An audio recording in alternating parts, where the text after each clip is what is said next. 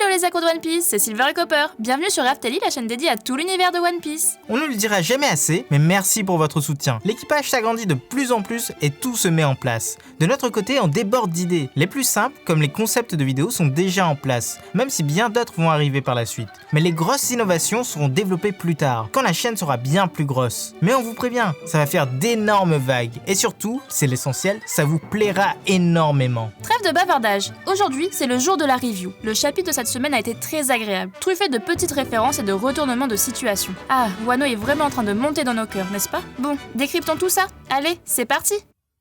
Pour la page de couverture, on continue avec les mini-aventures de Capone. Et cette fois-ci, on est sur un moment très heureux. Le mariage de la petite Lola avec son sauveur, Gotti au bras mitraillette. De ce fait, il devient le beau-frère de son capitaine. Est-ce qu'on peut appeler ça une promotion canapé ? Observation numéro 1. Attends, mais qu'est-ce qu'on lit ici? C'est déjà l'épisode 36. C'est vraiment pas possible de continuer comme ça, hein. Ok, c'est un mariage, un événement heureux, mais l'histoire aurait facilement pu être compactée en 20 covers. Le mariage a d'ailleurs eu lieu sur le bateau, en témoigne la grande voile. Sont-ils toujours poursuivis par la marine lors de cette célébration? C'est un mystère pour le moment. Hypothèse numéro 1. Ceci, c'est ce qu'on appelle une raison de plus pour énerver Big Mom. Rappelez-vous, lors de l'arc Whole Cake, on avait appris que Lola devait épouser le roi des géants, Loki. Mais lorsqu'elle s'est enfuie, elle a mis fin au rêve de Big Mom d'avoir un représentant de cette espèce sur son île. Et bien là, non seulement elle déteste Capone pour cette trahison, mais en plus, un de ses hommes a réussi à mettre fin à son rêve. Ah, et aussi, mention spéciale pour Pet et son grand-père.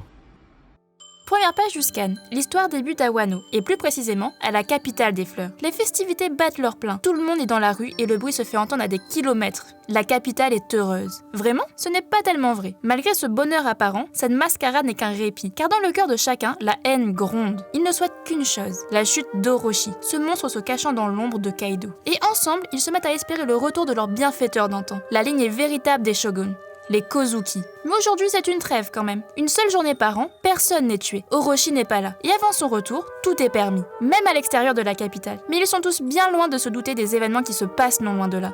Observation 2. L'avis de la population est unanime. Ils n'attendent que le retour des Kozuki et se prêtent même à en rêver. Étonnamment, ils n'ont pas l'air d'y croire eux-mêmes. On a même l'impression qu'ils reproduisent les mêmes schémas tous les ans et s'habituent à être déçus. Même à Ibizu, c'est la fête. Ils semblent se réjouir d'avoir de la bonne eau et de l'air pur. Après tout, les usines sont arrêtées spécialement pour la fête.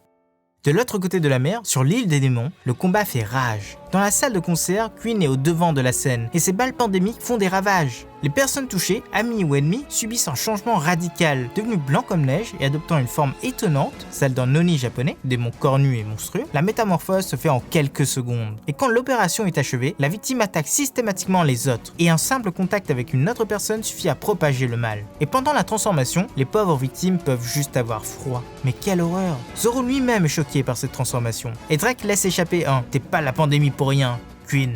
L'interpellé se vante alors de sa création, son chef-d'œuvre, ses balles pandémiques version démon de glace. Observation 3. Ces balles nous font fortement penser au travail de César. Rappelez-vous, sur Punk Hazard, le gaz qui relâche sur l'île recouvre leurs victimes d'une couche blanche comme de la neige. Ici, ce n'est pas un gaz, mais bien une substance qui se développe au toucher, comme une bactérie qui se transmet. Queen ordonne de fermer tous les issues. Ça rappelle exactement ce que César avait fait, et même ses alliés avaient été touchés à l'époque. Encore une référence à la mythologie japonaise. Dans le mythe d'Onigashima, l'île est peuplée de démons. Outre les gifters, Oda introduit de vrais démons destructeurs. Hypothèse numéro 2. N'oublions pas, Chopper est dans les parages. Et comme il l'avait fait à Udon, il va créer un remède rapidement, mettant forcément l'arme ultime de Queen en échec. Ce côté maîtrisé, les autres et particulièrement X-Drake vont se mettre à attaquer la calamité. Et on a hâte. Du côté de Luffy, il grimpe les étages petit à petit. Les gifters s'interposent un à un, mais Luffy ne se laisse pas faire. Soudain, Sanji l'arrête et s'occupe des opposants. Mais un Shinoichi débarque, c'est Brice Gola. Utilisateur du smile du gorille, c'est un des hauts gradés. Il veut s'occuper des intrus. Luffy et Sanji sont assez étonnés. Ils se demandent d'où peut bien sortir ce gorille, ce qui provoque la colère du gifter.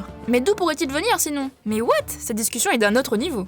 Le combat commence et Sanji évite les coups. Luffy veut l'assommer, mais encore une fois, le Frenchie l'arrête. Il doit garder ses forces pour battre Kaido. Son Nakama s'occupera d'ouvrir le passage. Évidemment, ils sont pas d'accord et s'engueulent. Petit passage qui est vraiment très agréable. En plein combat, ils trouvent le moyen de s'engueuler. Soudain, un cri se fait sentir. Gyojin karaté! Et une trompe d'eau dévaste le sol, écrasant le pauvre homme gorille au plafond. Jinbe est là. Il compte bien aider son capitaine à atteindre le sommet du crâne. Il propose même d'y déposer les deux, Sanji et Luffy. Jinbe l'ascenseur reprend du service. Étonnamment, Sanji se met en colère et lui dit de ne pas donner des ordres. Tout ce qu'il faut faire, c'est battre tout le monde pour empêcher Luffy de se battre. Alors qu'en arrière-plan, Luffy se bat, évidemment. Observation 5. Oula, il a mangé du lion, Sanji. Il s'engueule à peu près avec tout le monde, son capitaine et Jinbei. C'est une crise existentielle. Il devrait se plaindre à Oda de ne pas assez le mettre en avant. Mais bon, ça arrivera sans doute. D'ailleurs, Jinbei semble suggérer que ces deux Nakama iront sur le toit. Mais pas lui. Double surprise. On pensait que Sanji s'arrêterait bien avant, s'occupant d'autres méchants, ce qui est toujours probable. Mais là, Jinbei choisit de lui-même ce rôle. Il ne montera pas sur le toit. Observation 6. Vous trouvez pas que l'homme gorille a des airs de Kong, le commandant en chef des armées du gouvernement mondial? Plus qu'une coïncidence, il semblerait qu'Oda joue de cette similarité autour du thème du gorille. On ne dit pas qu'ils ont un lien de parenté, mais juste une ressemblance physique.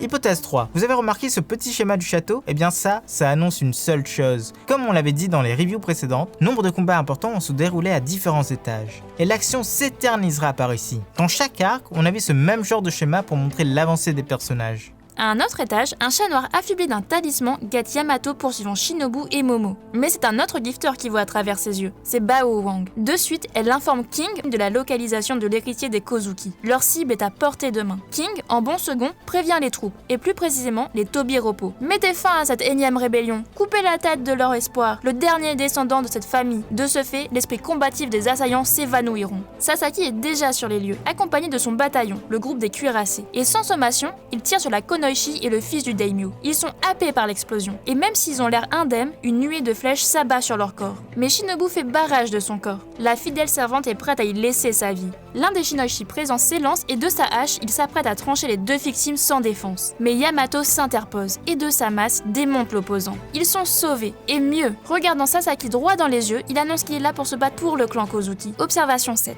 La pauvre Shinobu. Depuis le début de la bataille, elle sert de punching ball. D'abord pour King, qui l'envoie s'écraser contre des immeubles, et là, face au bataillon de Sasaki. Une explosion et des flèches. On a bien peur qu'elle soit très vite mise hors d'état de nuire. Mais heureusement, elle ne semble pas encore avoir perdu connaissance. Et Momo va bien, Yamato y veillera. Observation 8. Sasaki est à la tête d'un bataillon de gifters cuirassés. Et ils ont l'air bien puissants, mais surtout résistants. Entre le rhinocéros qui lui sert de monture et la femme crabe, en passant par le gifter porc épique, ça laisse présager des combats intéressants. D'ailleurs, c'est à noter, mais la scène le rappelle un peu Mad Max. Pas vous?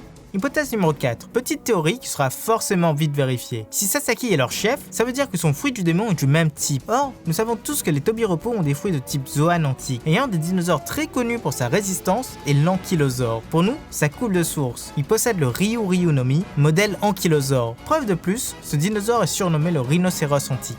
Hypothèse numéro 5. Un combat va s'engager entre le Tobiropo et Yamato. Ça nous semble inévitable. Mais 3 énergumènes vont vite débarquer. On est un peu plus haut dans le château et Luffy, Sanji et Jinbei vont forcément passer par là. On pense que Sanji restera pour aider Yamato et s'occuper assez vite du menu fretin, respectant ainsi sa promesse de tout faire pour empêcher Luffy de se battre avant le sommet du crâne.